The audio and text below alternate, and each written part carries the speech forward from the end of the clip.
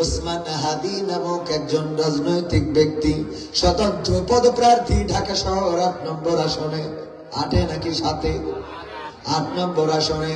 ও আমার ভারত, স্বতন্ত্র পদপ্রার্থী, রাজনৈতিক দল হিসাবে বড় রাজনৈতিক দলের প্রতিনিধিত্ব করে না এমন কোন মানুষ হয়ে ওঠে নাই যে উনি ওখানে সংসদ সদস্য হয়ে যাবেন। কিন্তু কে বা কারা জানি দুর্বৃত্তের গুলিতে আহত হয়ে হাসপাতালে এখন জীবন মৃত্যুর সন্ধিক্ষণে কাটাচ্ছে। গোটা বাংলাদেশ হাতির জন্য হাহাকার করছে। উনি এমন একজন ব্যক্তি, স্পষ্ট করে হক কথাগুলো বলে দেন, বলেন ঠিক কিনা? এমন কথা বলার মানুষ কম পাওয়া যায়। তিনি বলেছেন, হক কথা এভাবে বলে যাব, আমি শহীদ হতে পারি, আমার সন্তানেরা বলবে, তার সন্তানেরা বলবে, কালের পরিক্রমায় এইভাবে আমাদের আন্দোলন চলতে থাকবে, বলেন ঠিক কিনা?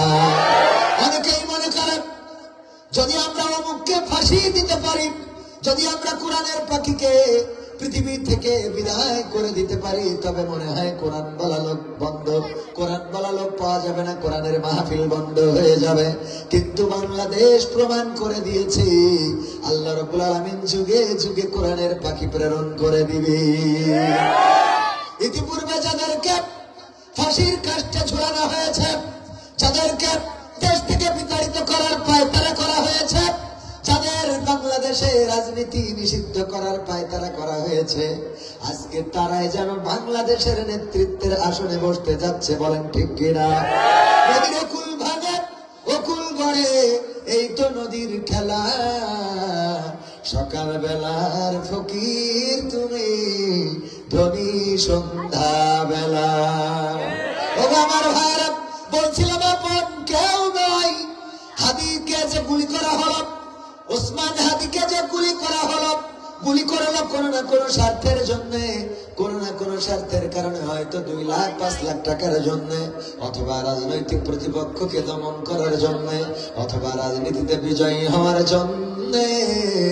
কিন্তু বলেন দেখি, আজকে যদি হাদি শহীদ হয়ে যায়, যারা গুলি করলো ওরা কি কিয়ামত পর্যন্ত বাঁচবে নাকি?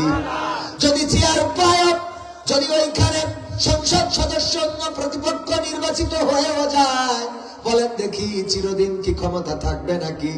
না, ক্ষমতার পালা বদল হয়ে যাবে। ওগো আমার ভাইয়েরা, আমরা সংঘাত চাই না, সংঘর্ষ চাই না, আমরা হত্যা চাই না, খুন চাই না, রাহাজানি চাই না।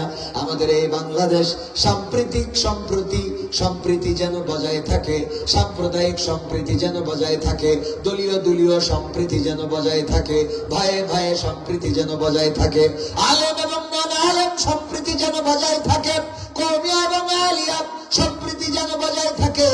একটি আল্লাহ রাব্বুল আলামিন যে কথা বলে দিয়েছেন, ওয়াতাসিমু বিহাবলিল্লাহি জামিআ ওয়া লা তাফাররাকু, তোমরা সংঘবদ্ধভাবে আল্লাহর রজ্জুকে আঁকড়ে ধরো, পরস্পর বিচ্ছিন্ন হয়ো না।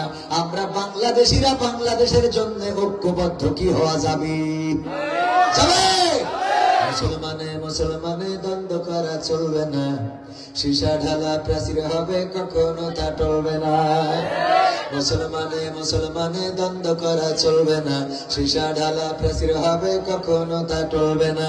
মুসলমানে দ্বন্দ্ব করা চলবে না, সীসা ঢালা প্রাচীর হবে, কখনো তা টলবে না। তবেই শান্তি পাবে, অশান্তি দূর হবে, তবেই শান্তি পাবে, অশান্তি দূর হবে। কেউ আর মুসলমানের বাজে কথা বলবে না, মুসলমানে দ্বন্দ্ব করা চলবে না, সীসা ঢালা প্রাচীর হবে, কখনো তা টলবে না।